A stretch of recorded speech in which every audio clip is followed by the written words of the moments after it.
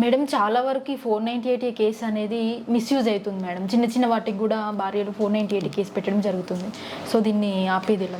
చాలా సందర్భాల్లో 498 case misuse అవుతుంది అనేది నేను కూడా ఒప్పుకుంటాను. అది యాక్చువల్లీ ఎవరైతే మ్యారీడ్ ఉమెన్ ఉన్నారో వాళ్ళు క్రుయల్టీకి కానీ డౌరీకి కానీ లేదు అని అంటే వాళ్ళని డిటర్ చేయడము, ఇంట్లో బంధించేసి ఉండడము, వాళ్ళపైన హామ్ తలపెట్టడము, ఇలాంటి కేసెస్లో 498 కేసు ఉపయోగపడుతుంది. అయితే చాలామంది వాళ్ళ మ్యారిటల్ డిమాండ్స్ని తలొగ్గించుకోవడానికి చాలా విమెన్ దీన్ని మిస్యూజ్ చేయడం జరుగుతుంది. అలాంటి సందర్భాల్లో మోస్ట్లీ హైకోర్ట్స్ కానీ ఇవన్నీ ఏం చేస్తున్నాయి అని అంటే స్పెసిఫిక్ ఎలిగేషన్స్ ఆ పేరెంట్స్ పైన వాళ్ళ రిలేటివ్స్ పైన లేనప్పుడు చాలా సందర్భాల్లో క్వాష్ చేసేస్తున్నాయి ప్రొసీడింగ్స్, వాళ్ళపైన కేసుని తీసేస్తున్నాయి.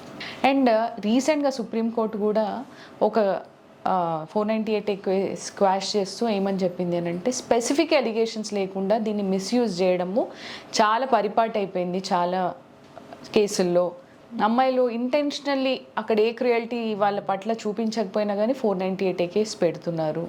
ఓకే, వాళ్ళ డిమాండ్స్కి తలొగ్గడానికి కానీ, మెయింటెనెన్స్కి, యాలిమనీకి కానీ, లేకపోతే వెంటనే డివోర్స్ కావాలి, ఇవి కేసులన్నీ పెడితేనే భయభ్రాంతులకు గురవుతారు అని.